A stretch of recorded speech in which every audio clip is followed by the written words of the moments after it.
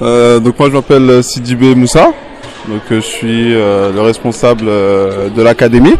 Donc voilà, donc je m'occupe d'un peu de toutes les catégories. Et donc voilà, donc là on est là pour cette période, on va dire, des vacances d'hiver, sur le stage, d'accord, d'une petite semaine. Et donc on a à peu près une cinquantaine d'enfants. Donc voilà, donc ce qui est déjà pas mal entre les petits et les grands. Donc voilà, ça fait pas mal d'enfants. Donc là on fait un peu là, surtout pour aujourd'hui, et en première partie pour commencer un peu après l'échauffement, on fait un peu un travail de motricité et un travail de technique aussi. Donc il y a une partie de motricité pour un peu renforcer, faire un peu de renforcement et un peu travailler aussi la technique, parce que dans le futsal c'est ce qui est important, et aussi au niveau du foot aussi en lui-même. Et donc voilà, donc ça leur permet de travailler un petit peu plus. Parce que c'est vrai qu'en temps normal, dans les séances qu'on a l'habitude de faire, bon, on n'a pas beaucoup de temps. Et là, c'est vrai que dans le stage, on a vraiment du temps, donc on peut travailler un peu de tout. Donc voilà.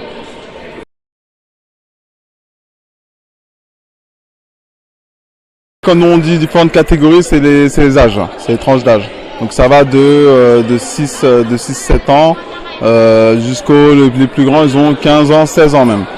Donc voilà, donc c'est de 6 à 15 pour le stage, quoi.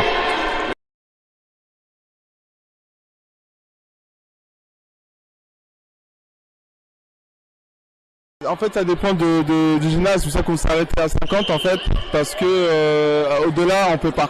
Au-delà on peut pas, parce que si on veut faire un peu de qualité quand même, on peut pas prendre plus. Voilà, déjà même 50, déjà je trouve que c'est déjà pas mal, en sachant que c'est vraiment toutes les catégories mélangées. Donc voilà, ça fait vraiment beaucoup. Et du coup, comme là on n'a qu'un seul gymnase, donc on peut pas prendre voilà, autant, on peut pas prendre plus, quoi.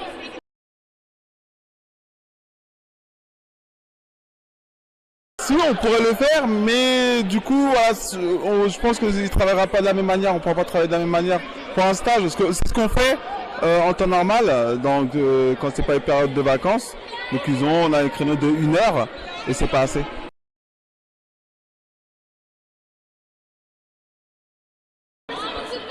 C'est pas assez, il faut au moins 2 heures. Pour un entraînement c'est au moins 2 heures. Voilà, parce qu'on a la partie échauffement et le temps de faire un peu de motricité, un peu de technique, et travailler vraiment tout ce qui est tactique aussi, parce que dans le futsal il y a beaucoup de tactique. Donc si on veut travailler aussi la tactique, il nous faut vraiment, on a vraiment besoin de ces 2 heures là, quoi. C'est primordial.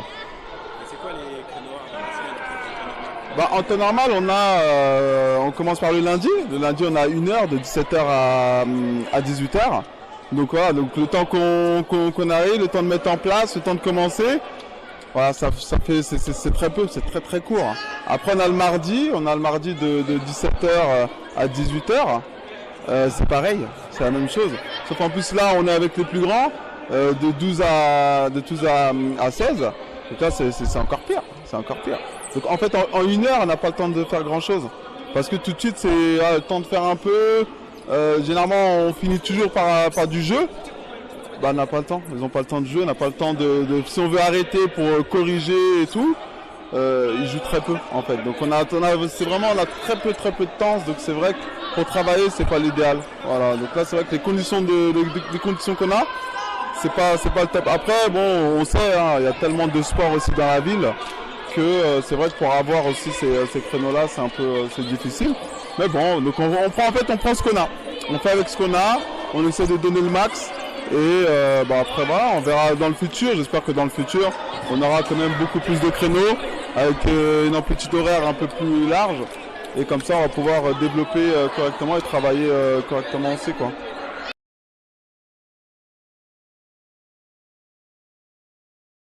Après, tout dépend des catégories qu'on a. C'est-à-dire que pour chaque catégorie, à part vraiment pour les babies, les babies de 4, on va dire de 4 à 5, 6, 1h30. Mais sinon, pour les autres, c'est 2 heures. 2 heures par catégorie, 2 heures par séance d'entraînement. Voilà. Donc là, si on a le nombre de catégories qu'on a, il nous faudrait au moins 2 heures d'entraînement pour ces catégories-là, quoi.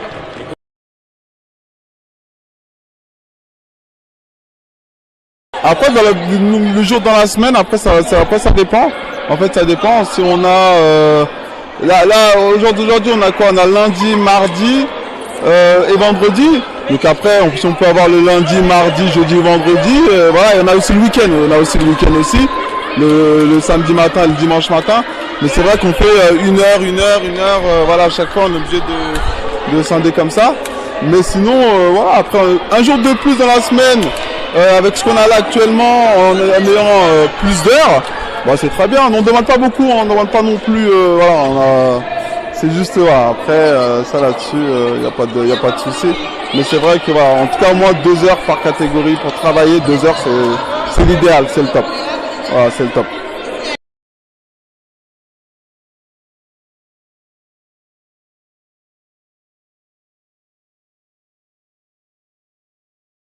Après là ici, au niveau de la technique là, j'ai pas fini de mettre en place la technique pour pouvoir te montrer comment, mais on peut déjà commencer déjà par la motricité déjà. Tac, viens Aaron, viens.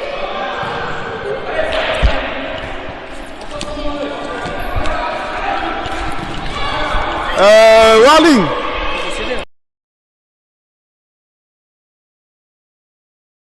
Warling, tu te mets là. Warling, tu mets-toi là. D'accord. Voilà. Mais quand je te le dis, à chaque fois, tu vas faire le tour des plots. D'accord. Donc c'est-à-dire que tu vas partir là comme ça, là. Hop, là tu reviens. D'accord. À chaque fois tu pars là, hop, là tu reviens. D'accord. Donc là on travaille à chaque fois. Et là, hop, et là tu reviens. Et là ici, hop, tu reviens. Et là petite accélération. D'accord. Ok. Voilà, tout simplement. Compris. Allez, à toi, top. Ok, voilà, encore. Voilà. Voilà, le dernier. Et la petite accélération. Très bien. Super. Ok, donc. Ensuite, comme tu as pu faire, donc là c'est quoi? C'est comme c'est la marelle, on va travailler les appuis. Attends, doucement, calme-toi. Donc là, pied droit, d'accord? Les 2 pieds au milieu, et là, pied gauche. Et quand on sort, accélération. D'accord? Donc là, c'est le travail des appuis. Voilà. Et accélération. Très bien.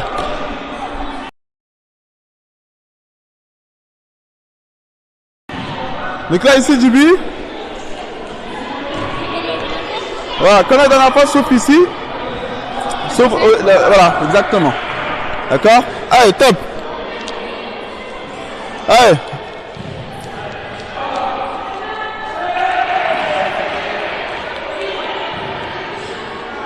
Et accélération, super, très bien. Et là enfin on va finir avec l'échelle. Donc tu fais celui que tu veux, par contre, comme hier, le tour à chaque fois de plots et la petite accélération à la fin, d'accord?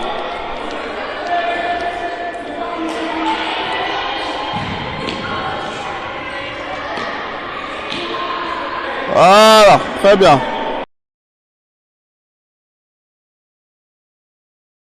Voilà, donc là, ça c'est l'exercice de motricité pour développer vraiment la motricité, la vivacité et la petite accélération, c'est vraiment travailler aussi la vitesse, cette impulsion là qu'on peut avoir. Donc c'est voilà, c'est vraiment ça c'est une répétition qu'il faut faire tout le temps pour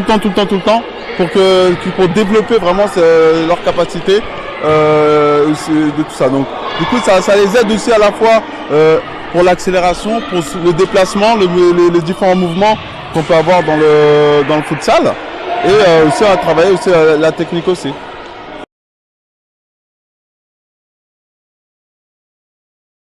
C'est vrai que dans le futsal, c'est beaucoup plus de la tactique. Il y a beaucoup de tactique et c'est vraiment voilà, l'agilité, aussi technique. Voilà, donc c'est vrai que on peut y aller, on peut retrouver aussi ce côté physique, mais le côté physique, ça va être plus au niveau de la capacité, on va dire, au niveau des poumons, au niveau voilà. C'est ça parce que c'est épuisant, parce qu'on fait beaucoup d'efforts et comme c'est-à-dire qu'on est moins nombreux sur le terrain, on joue à 4 contre 4 quoi, avec les 2 gardiens, donc ça fait 55. Mais sinon, c'est vrai que ce niveau physique-là, on peut l'avoir aussi, mais nous, on ne le travaille pas forcément parce que bon, après, ça vient naturellement, je pense. Et après, c'est à eux d'aller un petit peu plus au niveau de ces contacts-là, de ne pas avoir peur d'aller au contact. Mais c'est tout, parce que généralement, quand on fait des petites oppositions, ils y vont naturellement, donc on le voit très bien. Et donc on n'a pas besoin de ça, on n'a pas besoin de le travailler avec eux. En tout cas jusqu'à maintenant on n'a pas besoin de le travailler.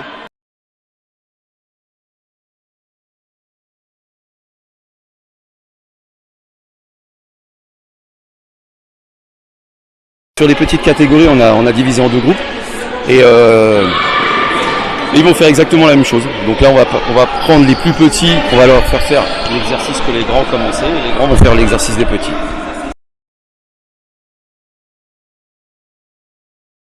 Là, on travaille notamment c'est du déplacement, des appuis, de la proprio et de la frappe de balle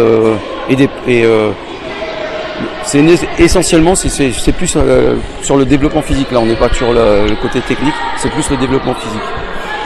Donc voilà.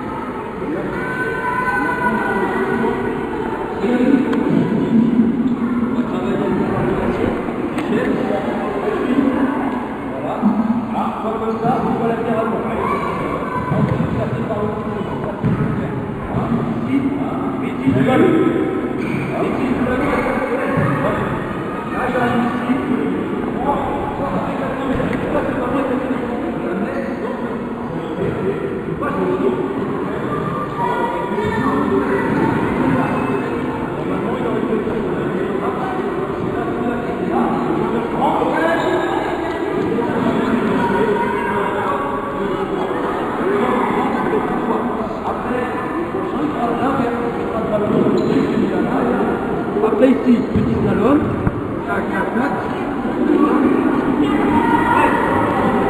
J'aurai un ballon qui va lance, un ballon, je le lance, et après je vais. Ici, pour rater, c'est pas le ballon, vous allez le chercher.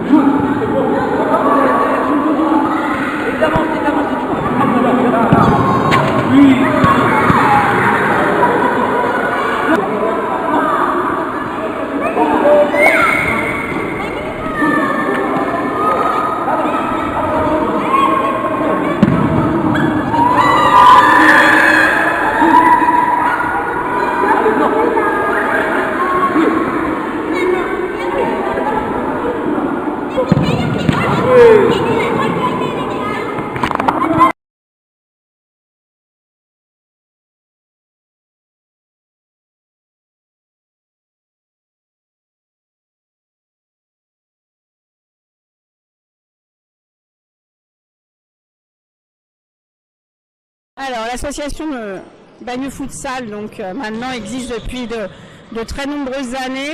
Ce qu'on peut dire, c'est que ces 3-4 dernières années, c'est évidemment une association qui, en termes de résultats sportifs, a vraiment changé de niveau, de cran. Et donc, c'est aujourd'hui une association où il y a des résultats sportifs extrêmement intéressants. Ils ont été en national, c'est national 1. Aujourd'hui, ils le sont plus, mais voilà, ils ont vraiment le niveau et la compétence pour y revenir. Donc c'est une association qui a pris de l'ampleur et du rayonnement sur la ville et qui est soutenue par les habitants, par les jeunes de la ville, pour ses résultats sportifs et la qualité de ses joueurs et de ses équipes dirigeantes. Bagneux Futsal a aussi développé la formation des jeunes enfants. Donc ils ont fait un stage pendant les vacances qui a très bien marché. Donc la relève est assurée, je pense. Eh ben moi je dirais, et vous allez pas me croire que je connaissais pas vraiment le futsal avant l'association futsal de Bagneux, voilà, et du coup depuis je connais, et je dirais que effectivement c'est une association connue et soutenue par les habitants de la ville, voilà, qui sont ravis de la montée en échelon qu'elle a depuis quelques années. Je pense que le fait qu'il y ait aujourd'hui moins de filles pour l'instant dans le futsal est lié aussi à l'ancienneté du sport. Voilà. Le foot traditionnel, j'allais dire classique, existe à Bagneux depuis très très nombreuses années. Le futsal est beaucoup plus récent et d'ailleurs même nationalement il est beaucoup plus récent. Je pense que donc la féminisation va aussi venir avec l'implantation du futsal comme un grand sport national, local mais aussi national. Et que donc du coup ça devrait pouvoir se développer. Il n'y a pas de raison que le foot féminin commence à se développer bien dans la ville et que le futsal féminin se développe pas. Donc je pense que naturellement, quand l'académie pour les plus jeunes, qui est non plus pas très très ancienne, aurait pris un peu de bouteille, si je puis me permettre, ça devrait se développer. En tous les cas, je l'espère, mais je pense que c'est lié à ça, c'est lié à l'ancienneté de l'implantation dans le sport, tout simplement. Mais en fait, le futsal, il n'est pas médiatisé non plus, donc il faut donner le temps à tout ça. Le foot féminin n'est pas bien médiatisé, le futsal ne l'est pas bien non plus, donc petit à petit, je pense que ça va faire son chemin. Et les filles seront rayantes forcément au futsal.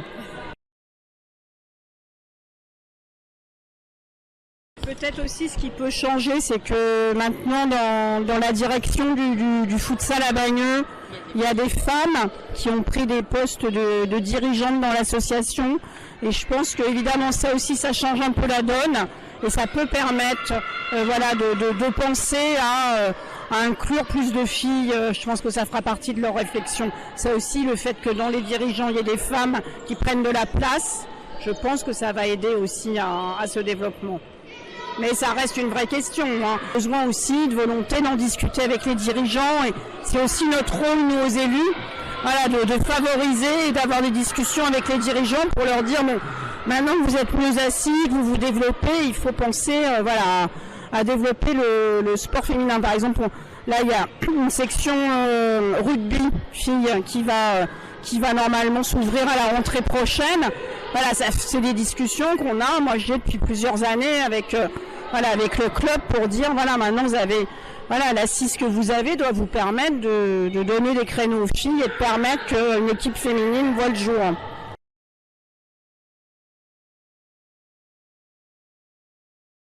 J'allais parler du fait qu'il faut du volontarisme parce que souvent, et là on parle des filles, mais de manière générale, quand on n'est pas quelque part, c'est parce que on ne connaît pas, on se dit c'est pas pour nous. Et donc là, c'est pour le coup, c'est les deux choses. C'est pas médiatisé, c'est jeune, donc on connaît pas. C'est pas pour nous. C'est là où vient le volontarisme des dirigeants, des clubs pour aller à la rencontre du public féminin pour leur faire connaître le sport et les intéresser.